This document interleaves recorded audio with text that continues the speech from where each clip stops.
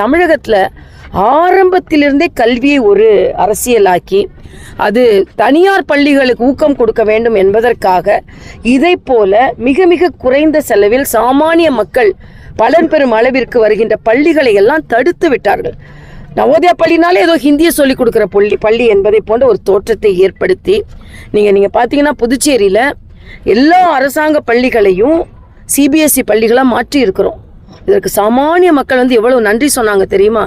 நாங்கள்லாம் சிபிஎஸ்இ பள்ளியில் சேர்க்கணுன்றதுக்காக கடனை உடனே வாங்கி சிலதெல்லாம் விற்று நாங்கள் குழந்தைங்களை சேர்த்து கொண்டு இருந்தோம். இன்னைக்கு அரசாங்க பள்ளிகள் எல்லாமே சிபிஎஸ்சியாக மாறினது எங்களுக்கு எவ்வளோ மகிழ்ச்சி என்று.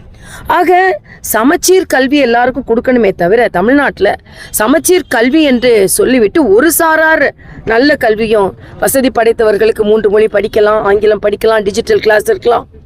ஆனால் சாமானிய பிள்ளைகளுக்கு அதையெல்லாம் கொடுக்காம ஆனால் கல்வியில் சிறந்த தமிழ்நாடு என்று ஒரு விளம்பர நிகழ்ச்சி மட்டும் நடத்துகிறாங்க.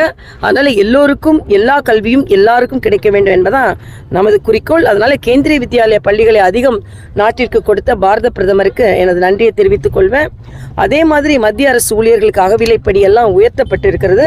ஆனால் தமிழ்நாட்டில் அங்கன்வாடி ஊழியர்கள், மருத்துவர்கள், செவிலியர்கள், இடைநிலை ஆசிரியர்கள், காவலர்கள் எல்லாருமே போராடி கொண்டிருக்கிறார்கள்.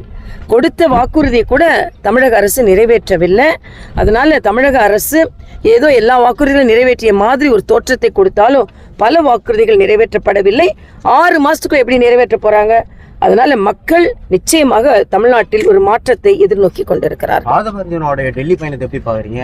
இல்ல, யாரு டெல்லிக்கு யார் வேணாலும் பதவி போகலாம். டெல்லிக்கு போனாலே அதுக்கு ஏதோ பாரதிய ஜனதா கட்சி அதில் கை இருக்கிறது ஒன்றும், போனாலே பெரியவங்களெல்லாம் பார்க்கறதுக்கு போகிறாங்கன்றதும் ஒரு தோற்றத்தை ஏற்படுத்தக்கூடாது.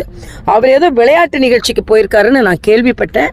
ஆனால் என்னை பொறுத்த மட்டில் உண்மை கரூரிலிருந்து வெளிவர கொண்டு வரப்பட வேண்டும். செந்தில் பாலாஜி ரொம்ப கூலாக உட்காந்துட்டு அங்கே தண்ணி பாட்டில் கடந்ததா, இல்லைனா ஏன் குழு அமைக்கலை அப்படின்னு அவ்வளோ பேர் 41 பேர் இறந்திருக்கிறார்கள். அதை பற்றி ஒரு குற்ற உணர்ச்சியே இல்லாமல் அவர் விவாதம் செய்து கொண்டிருக்கிறார். ஆனால் இன்னைக்கு காலகட்டத்தில் அரசாங்கம் தவறே செய்யவில்லை என்று சொல்ல முடியாது.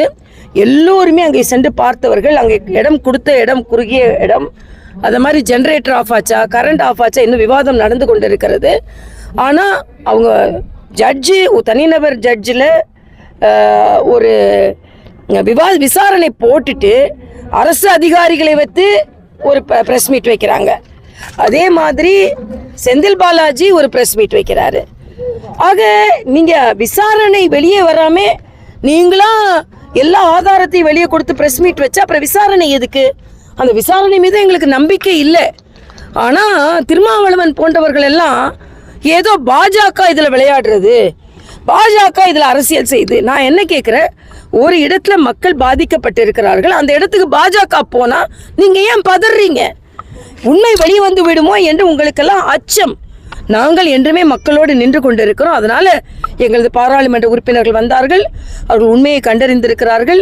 எங்கள் தேசிய தலைவரிடம் அவர்கள் அந்த கருத்தை தெரிவிப்பார்கள். அதனால் உண்மை வெளிவருவதற்கு பாரதிய ஜனதா கட்சியின் அந்த குழு மிக உதவி செய்யும் என்பது எனது கருத்து. பாஜகவை அதாவது விஜய் ஆதரிக்கிறதா பாஜக?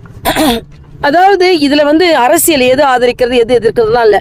ஒரு அநீதி ஒரு இடத்தில் நடந்தால் அதை பாரதிய ஜனதா கட்சி எதிர்க்கும் என்பதான் இதுல எங்களது கருத்தை நான் சொல்ல விரும்புகிறேன். செந்தில் பாலாஜி வரும்போது பவர் கட்னாலுமே கடந்த முறை அமித்ஷா வரும்போது கூட பவர் கட் ஆச்சு.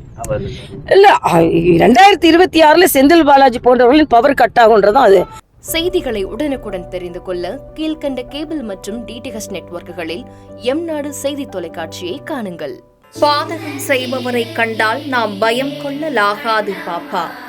மோதி மிதித்து விடு பாப்பா, அவர் முகத்தில் உமிழ்ந்து விடு பாப்பா. அண்மை செய்திகளை உடனுக்குடன் தெரிந்து கொள்ள இணைந்திருங்கள் எம்நாடு தொலைக்காட்சியுடன்.